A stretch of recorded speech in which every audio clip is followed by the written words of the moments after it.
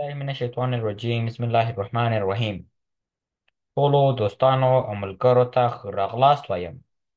هیله کوم چې ټول به روغ جوړ او ښه ورځ مو پیل کړې وي. نن موږ په دې ویډیو کې به د مایکروسافت اکسل یو ایزي شارټ کټس زده کړو. د خپله شارټ کټ دې معنا ورکوي، لکه مثلا د سیف شارټ کټ.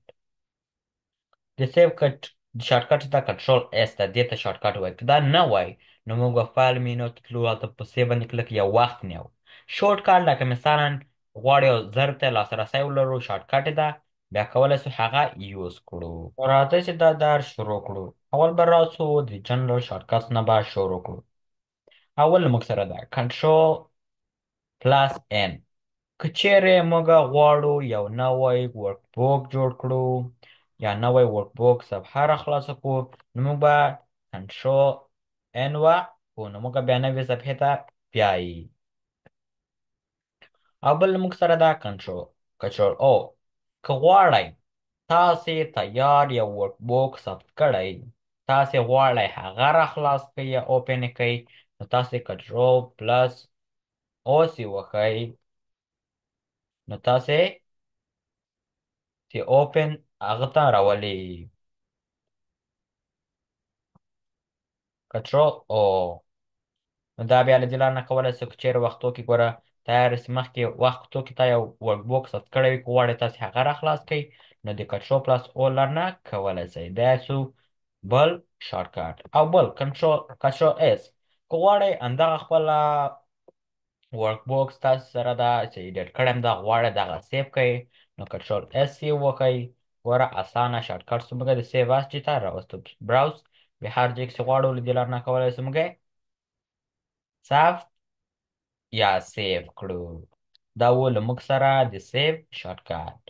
او بل موږ سره ده کنټرول پی. له دې لارې نه موږ کولی شو د پرنټ مینو را خلاص کړو. لکه مثلا دغه ورقه چې پرنټېږي، دغه د دې د سیټینګ دغه د سیټ اپ ورقه یې. دا و د پرنټ شارټ کټ. نو او بل له موږ سره دا کنټرول زی. په دغه ځای کې موږ که چیرې دا ولیکه، موږ رانه په غلطۍ کې ډیلیټ سو. دا رانه ډیلیټ سو، که چیرې غواړو بېرته انډو یو قدم شاته لاړ سو، نو کنټرول زی چې وکړو، نو دلته راسو، دلته دا ولیکو ډیلیټ. تاسې چې بیا کنټرول زی وښئ، ګوره بېرته راغی. داسې دا د کنټرول زی شارټ کټ. لکه مثلا تاسو نه یو متن په خطایي کې یا یو شیپ یو عکس په خطایي کې درنه ډیلیټ سو، غواړئ بېرته راغلی، کنټرول زی چې وښئ، ګوره بېرته راغی، یو قدم بېرته تاسې شاته راولي. دا ول موږ سره کنټرول زی. او کنټرول خو موږ خو بېرته کنټرول زی دا راوستو، موږ کتل مهم نه ده، غواړو بېرته ریډو کو، د خپله انډو سي ده، هغه سي ده، زی سي ده د انډو، او وای سي ده د ریډو. کنټرول سي وکړو، ګوره بېرته لاړ. لکه مثلا په دغه ځای کې موږ دا خو ولیکه، موږ نه په خطایي کې رانه ډیلیټ سو، موږ بېرته چې کنټرول زی وکړو، ومله داسې مهم معلومات خو نه دي، بېرته غواړو لمانځه بوځو، یو قدم بېرته مخته لاړ سو، کنټرول وای سي وکړو، بیا دا بېرته قدم مخته، بیا ګوره بیا ډیلیټ سو، ګوره لمانځه لاړې. او بل له موږ سره دا کنټرول ډبلیو. که غواړئ دا ورک بوکس دا موږ خو د نیو لارې نه کولی سو یو نوی را اوپن کړو، د ډبلیو لارې نه کولی سو، لکه مثلا دا ورک بوک بیخي کلوز کړو. دا ول موږ سره جنرال شارټ کټس. اوس به راسو د سلیکشن شارټ کټس ته. اول کنټرول ای. که تاسې غواړئ دغه ټول خپل ورک بوک دا ډیټا دغه ټول ورک شیټ تاسې سلیکټ کړئ، کنټرول اس یې وکړئ، ګوره ټول سلیکټ یا انتخاب سو. او شیفت سپیس که تاسې غواړئ یوه انټایه، لکه مثلا موږ هسې یو هغه ته راځو، راته راځو سلیکټو وخت نیسي، که چېرې شیفت سپیس مخکې ګوره را سلیکټ کړه، دا و د را.